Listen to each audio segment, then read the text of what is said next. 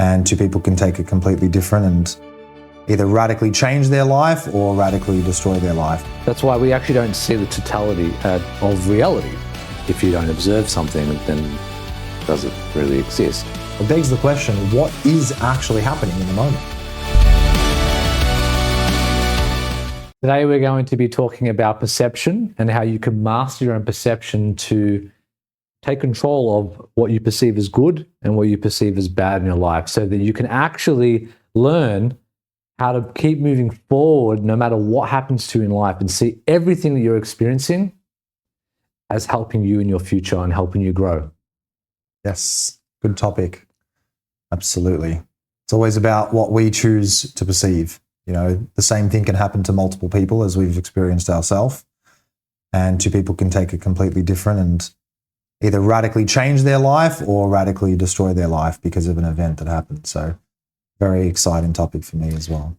Yeah, you know, I used to think like someone would go through something, and I think two people going through the same thing, one person benefits from it, changes his life, makes a new decision, they end up completely going down a positive path from a difficult moment. Yeah. Right? Perceived difficult, of course. And then another person, same experience, goes downhill and gets worse from the same experience. And I used to think, what's going on here? You know, because I believe that if something bad happens to someone, it's only their perception it's bad, and it's generally leading them to make a change in their life, like a catalyst moment. And it was for me. But then I realized that everyone has a different perception on things, and we polarize good or bad. Yeah. Yeah, well, we assign meaning to things. Yeah. You know, something can happen where you might take the meaning a certain way. For example, we just, you know, recently we got caught in the rain on the motorbikes as well.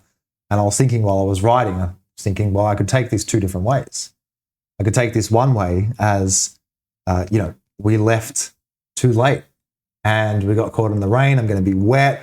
Oh no, I'm going to get sick. I'm going to start, I'm starting to feel cold. I'm getting a runny nose while I'm riding. So I could have taken those thoughts or taken that meaning. And the brain always produces the worst case scenario. That's just what it does. It's its job. But I decided to take another meaning and say, well, I got to experience something different today. I got to feel like I actually enjoyed a little bit of my day, my Sunday. You know, something different, something exciting. Got home, the warm shower was more exciting. I felt like it was this beautiful experience. So I think it's what you choose to assign as the meaning to what happens to you. And then when you assign that meaning, it dictates what you start focusing on throughout the day. And as you know, and as we know, what you focus on grows and dictates your emotional state. And then your emotional state can dictate the rest of your day, the rest of your week, the rest of your month, and the rest of your life for some people. So it's one of the most powerful things that you can do, really. And that's why it's such a really important topic, but people overlook it and it seems very abstract, like, oh, my perception and what I focus on. But really, it's one of the most important parts to creating change in your life, and it has a cascading effect on everything that happens to you and what you choose to focus on, what you choose to assign as the meaning based on that event. You know, like we speak to people all the time, and I always say you can use an event as a reason or you can use it as an excuse. You know, in my life, before I found hypnosis and self-development and started working on my subconscious mind and my perception, my filters, I would take something that happened to me in life and I would always use it as an excuse. Even the smallest thing, if I woke up in the morning, I hit my fucking toe on the side of the bed. Next thing you know, I'm out of toothpaste. And then a couple of small things happen in the morning and I use that as an excuse to make the rest of the day terrible. Go into work and I'm down, I'm not feeling the best. I didn't shave that morning, so I look scruffy. Yeah. People start to notice, what's wrong with you? Oh, I'm just having a shit morning. It's a terrible morning. And so I choose to use that as an excuse as to why I didn't perform that day, why I didn't have to show up the best. I didn't have to show up as my higher self, my best self, or in a high energetic state or a peak state, right? Or you can use it as a reason. So I think there's always two choices you have in that moment, and what changes is your perception of it. right? Yeah. So you can hit your toe in the morning and you can use that as an excuse to have a terrible day, or you can use it as a reason to have an extraordinary day. Say, oh my God, what a body that we've got. God has given me this body where I can feel this pain. It's so crazy. And then laugh it off and go and have an incredible day. And then you see someone else hit their toe on a desk and you can actually laugh at that. So one of the most powerful topics, from small things to large things that happen to you in your life. Yeah, absolutely. I had a choice many years ago when I was going through difficult times. I had to develop my own mantra, and it kept me going and moving through all these things. And it was a very powerful part of my toolkit. But I basically had this mantra that anything that will happen to me, I believed that it was happening for my best possible benefit, no matter what I experienced, whether it was painful, whether it hurt, whether I was sad, whether it was challenging, whether I was getting no support, whatever the experience was happening for me, for my best possible benefit. And I kept this with me, and this transformed, and no matter what I experienced, I was like, yes, a stepping stone, helped me grow stronger, right? Developing my character. And it was such a powerful part of my journey when I realized that things that happen to us aren't actually good or bad. It's just me. I'm the one seeing it as good or bad. And I'm polarizing the situation. And the situation isn't good or bad. Yeah. Well, it's kind of both, isn't it? It's both. Yeah. It's both, but it's also neutral. Yeah.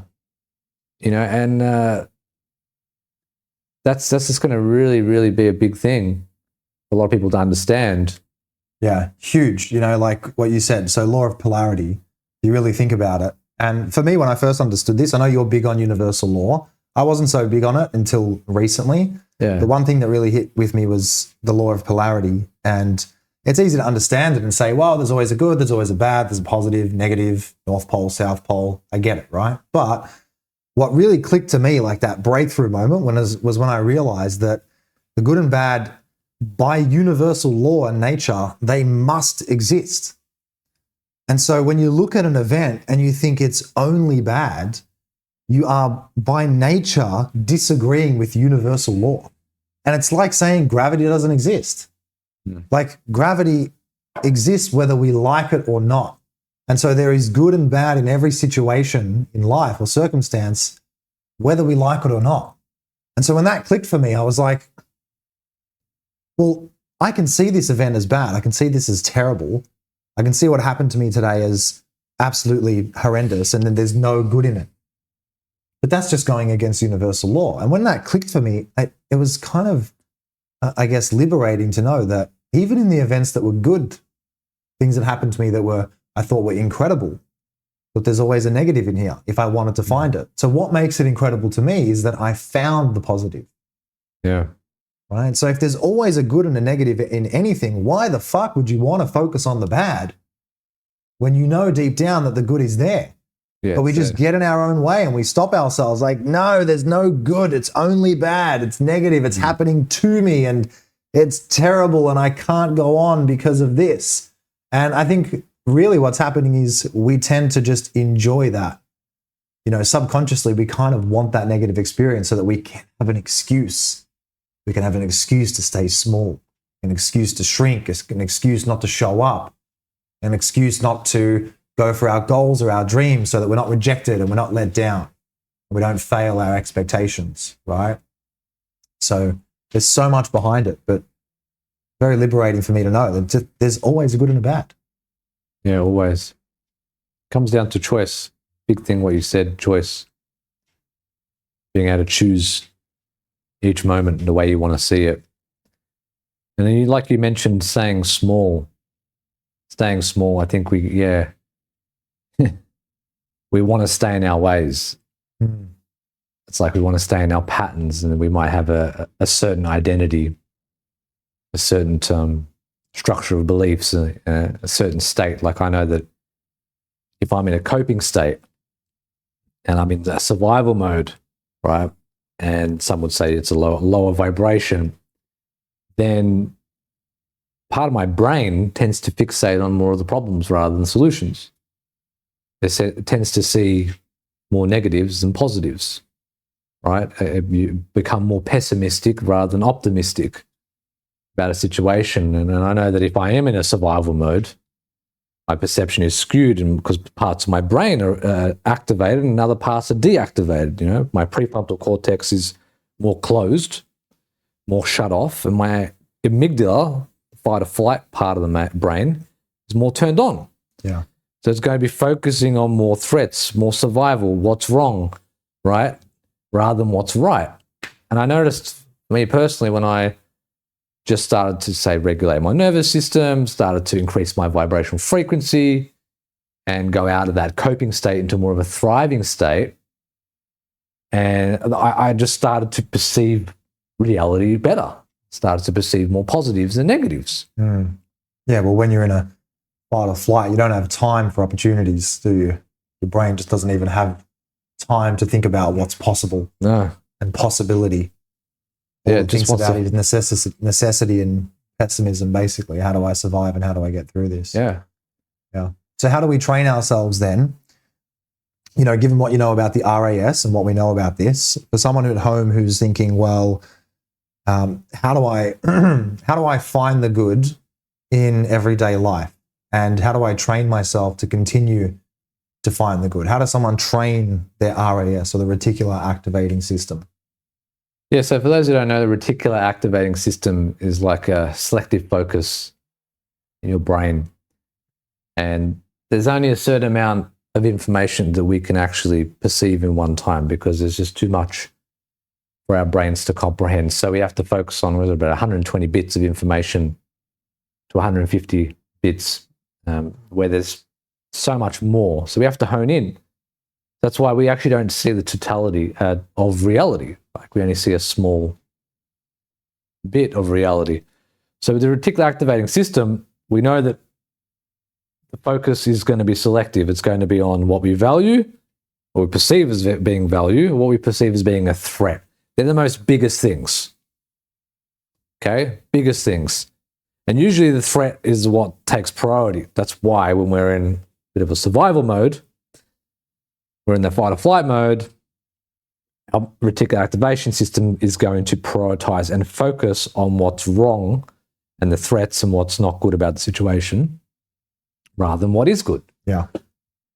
So we want to be able to become aware of that. That's why fundamentally one of the best practices is really to wake up and prime yourself and to start focusing on things that you want in life, right? Start focusing on gratitude. Start focusing on your goals, right? Your vision, right? And when you do that and you start to prime yourself into that state, you're going to start to notice more of that in reality. You're going to start to notice situations that are going to support your goals, right? And support your vision. So that's, I think, one of the first steps when it comes to reticular activation is to take charge of your attention and start to prime where you're placing your attention. Where is your focus going? And, it's a simple practice of meditation. When your focus drifts, you bring it back, right, to a focus point. So you've got to be able to take charge of the attention. Well, most people aren't in charge of their attention. And, for me, when I was going through paranoia, or if I'm going through a panic attack, your attention just goes to all these different places. And you lose control of your attention. And then your attention starts thinking about worst case scenarios. Yeah. Yeah, where you fall deep into a pattern, right? Yeah, it happens, we're all victim to it as well. And there's been times in my life where I fall into a pattern so deep and a lot of people can probably resonate with this, where you feel as though even if you try, I don't know if it's ever happened to you, but you go down this spiral of something bad will happen. Maybe someone said something to you and you perceive it in a negative way, and then you start telling yourself about that all day. You start, ruminating on this thing that happened, and then something else happens, and then it becomes a chain effect of negative events. And you find yourself in this spiral, or kind of in a rut, as people would call it. You're in a rut. Essentially is all it is this, series of things that have happened where you've perceived this certain way, and now you perceive yourself to be in a rut. And it's like you've built momentum down this chain of negativity. And, for me, when that's happened, I've just found it so hard to pull myself out. And it's almost as if, it's almost as if I needed someone to basically just come and kind of shake me a little bit and kind of wake me up and say, like, you're in a rut, like, wake up, and just grab my head and turn it towards something positive.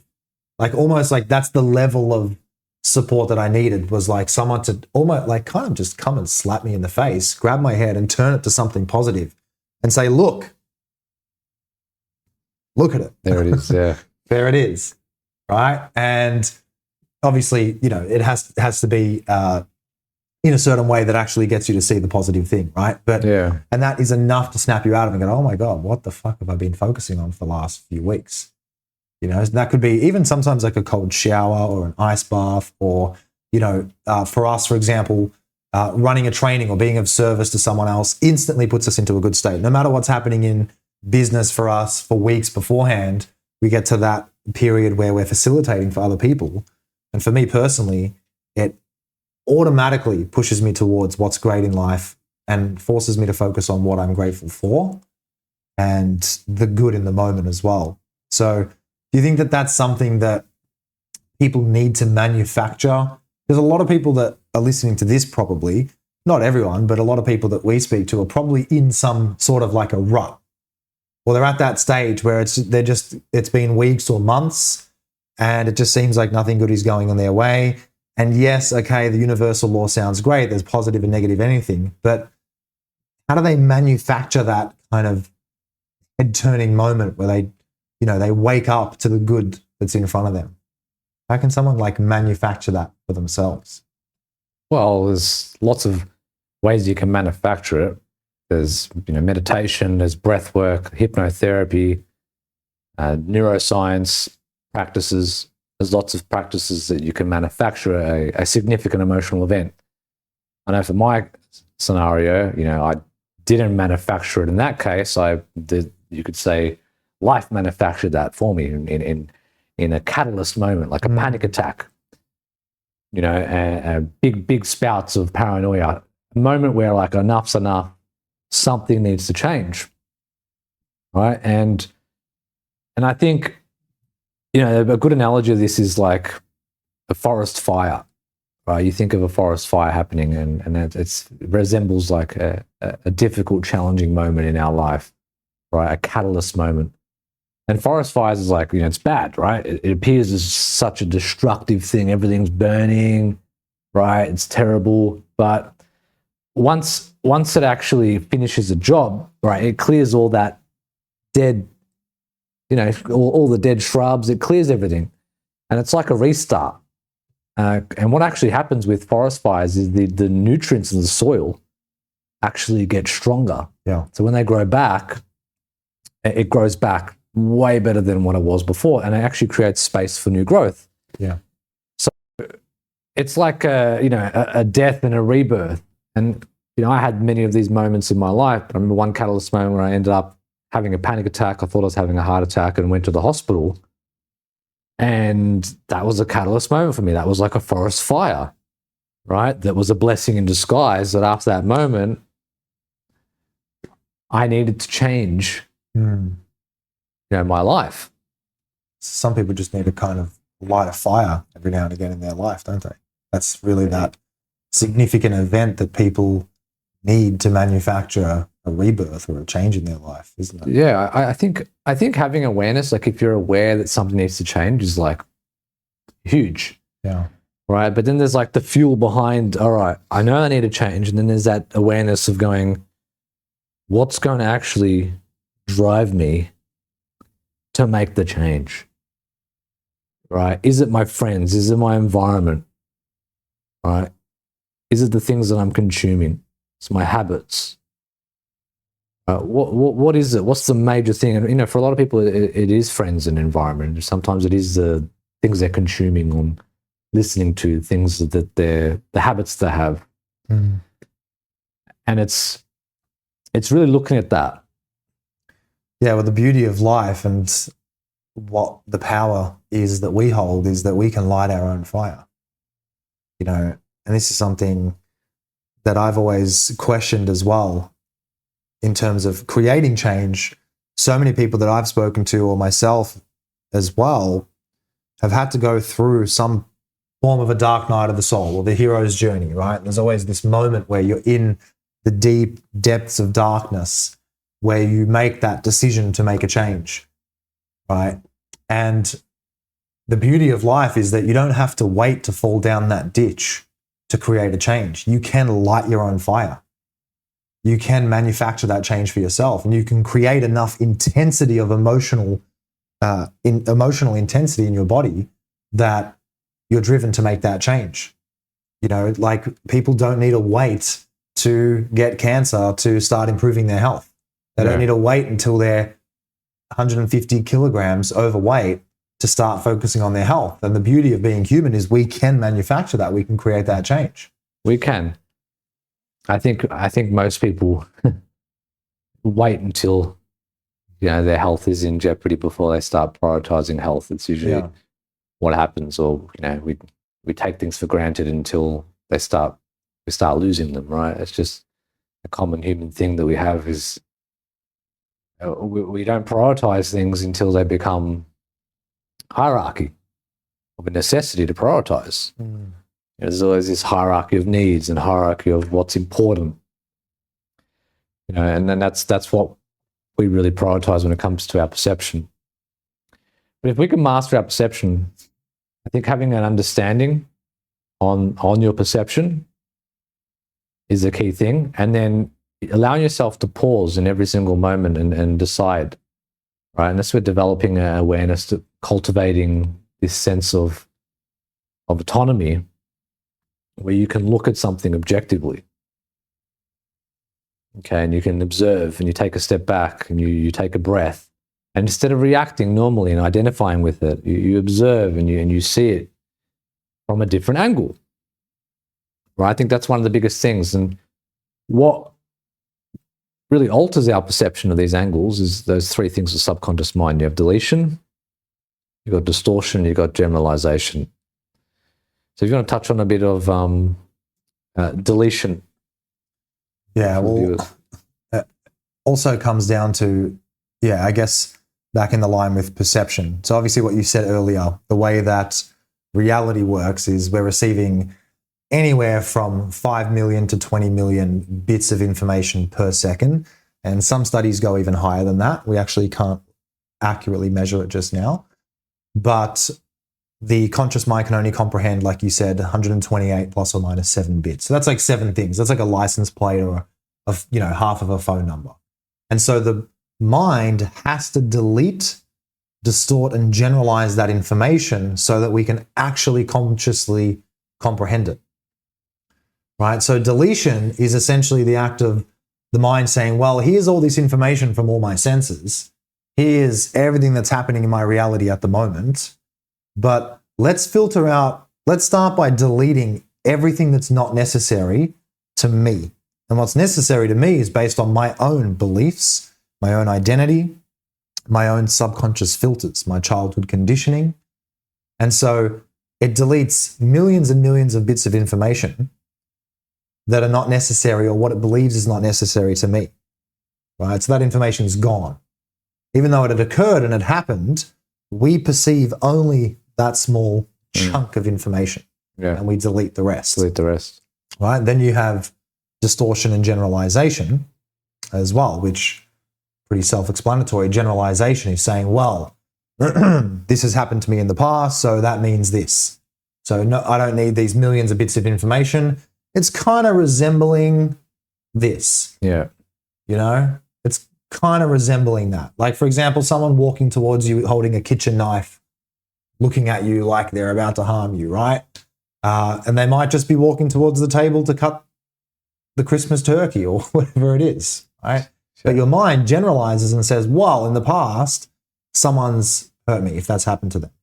And so we take that information and we generalize and say, well, this is very likely happening again. So we can delete everything else. Like, for example, them smiling, right? Yeah. Or what they're saying.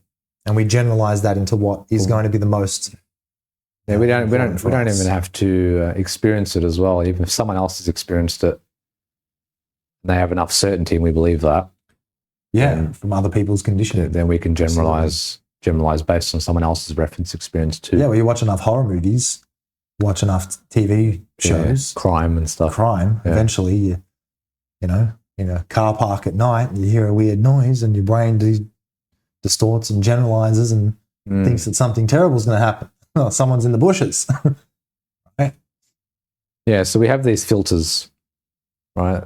It's good for us to be aware of the subconscious mind filters. Yeah, that are there.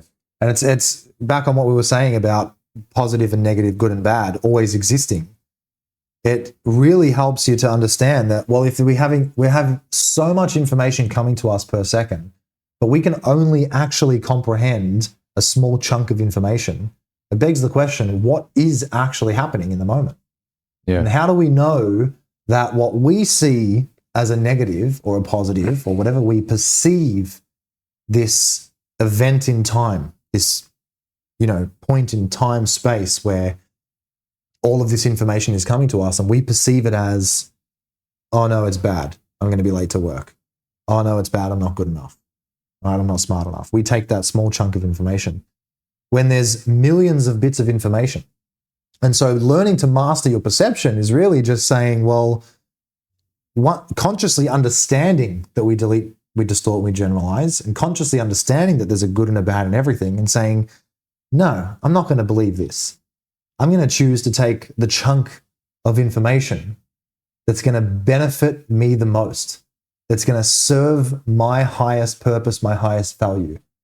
And the beauty is that you can always fucking find it, because every moment has so much information, and you can always consciously shift into a new perception of what's happening.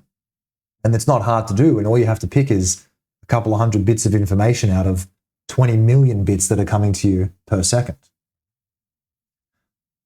So really powerful understanding to help you start to change those perceptions and realize that there's a million different ways that you could perceive an event happening. Absolutely. So many different ways.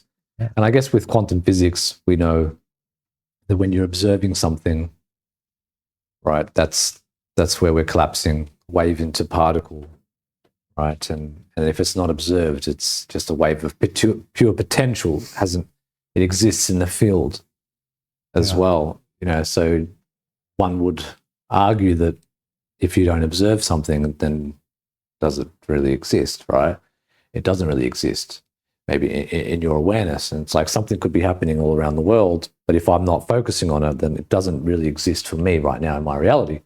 Maybe it's happening for someone else. If they're observing it, they're watching it, something's happening, thousands of miles on the other side of the world, and they're observing it, so it's in their conscious awareness. It's affecting their subconscious, their vibration, and their reality, but not mine. I'm not aware of it.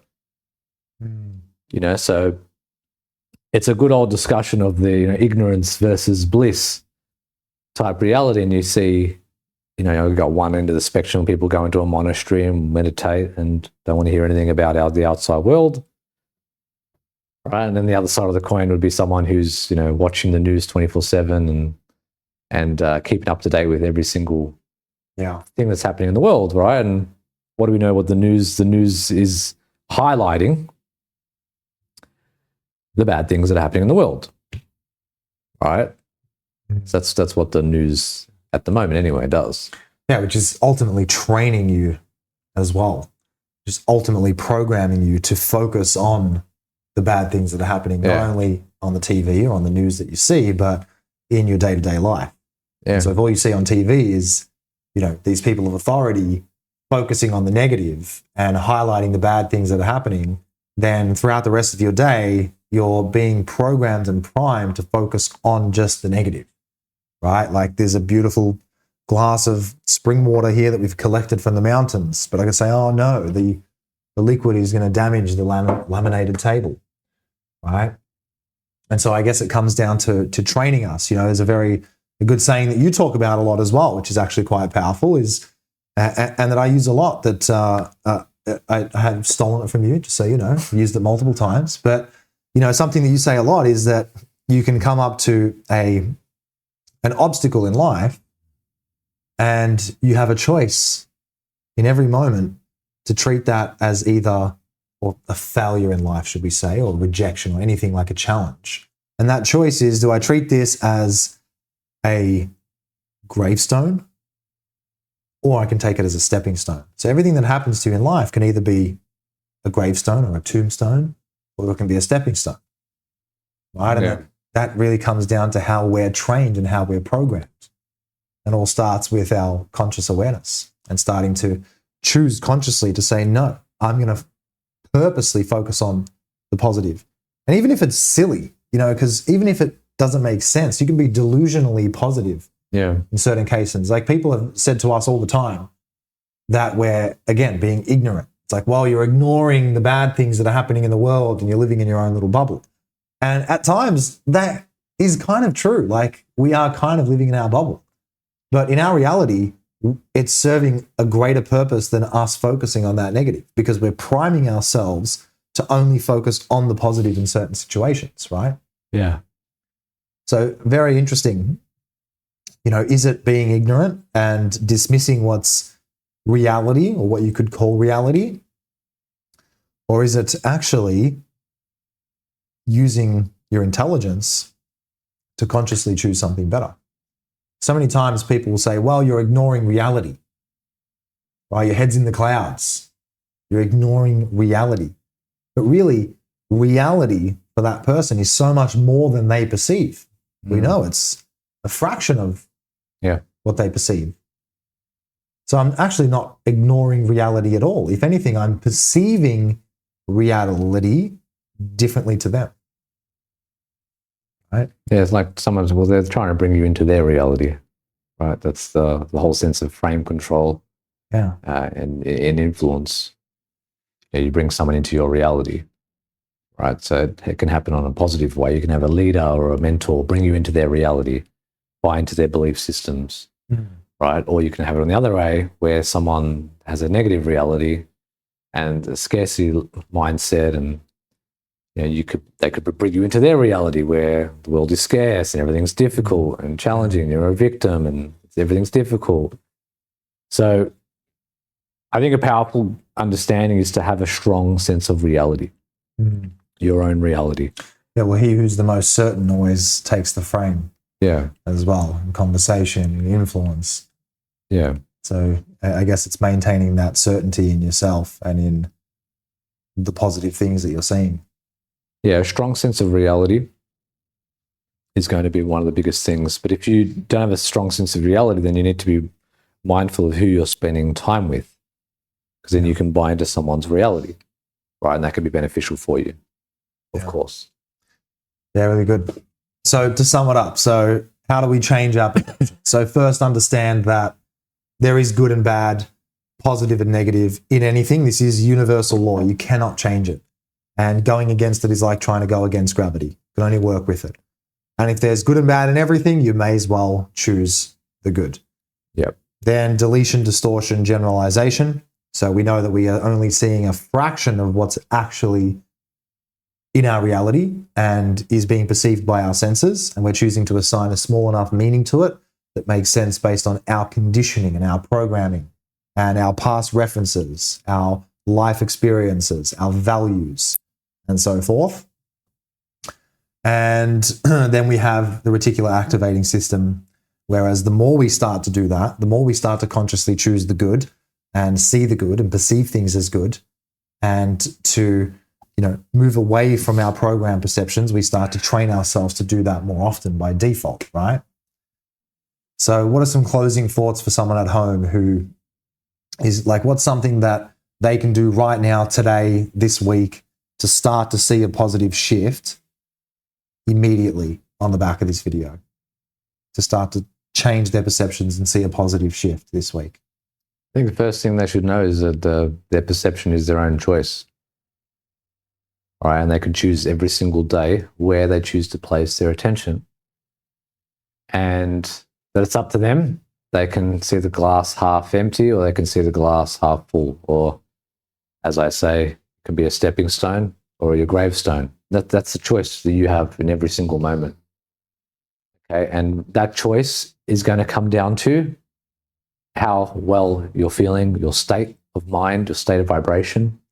If you're in a low state, you're probably going to choose the glass is half empty.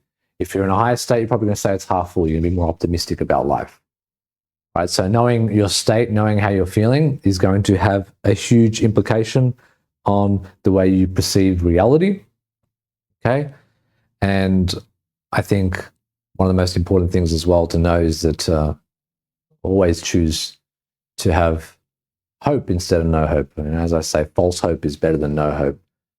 Right? If you can choose to have that strong mantra with you, knowing that everything is happening for your possible benefit, and if you carry that with you, you will actually have the power to change what is happening to you. Right? You have the power to change your reality. Yeah. Well, as I've said in the past, today is the most important day of our life, right? So it's something that I do. What you said earlier about priming, something that I do religiously every day is I wake up and I tell myself, today is going to be the most fucking magical day ever. Today is the most important day of my life. It is the best day of my life. Today is the day. You know, and I try to manufacture every day as though it is like when you're a child and you wake up and you're having this amazing excursion to go on. And, or for example, it might be your wedding day or something special, you know. So it's something that I invite everyone who's at home listening to do as well. But something that I just like doing myself is every day I just train myself to believe with delusional positivity, even if it doesn't make any sense. Even if you might think, well, how do you know it's going to be the most important day? Right? But I just train myself with delusional positivity that today is going to be the next day. And then it becomes a self-fulfilling prophecy. It ends up being a magical day. Today, something magical is going to happen. Today is the day. It's the most important day of my life. Today, there's going to be a coincidence. There's going to be a synchronicity. Today, something special is going to happen and I'm going to notice it. Today, I'm going to notice something different and it's going to affect me positively. Today, I'm going to be challenged, but today is the most important day of my life. So it's not going to affect me as much. It's really powerful. Yeah, that's awesome. Seize the day. Day. Love it. All right, awesome. Cool. So guys at home, take some heed from Jacob, and next time you have a challenge, see it as a stepping stone and not a tombstone. Life will get better. Yep, step forward, not backwards.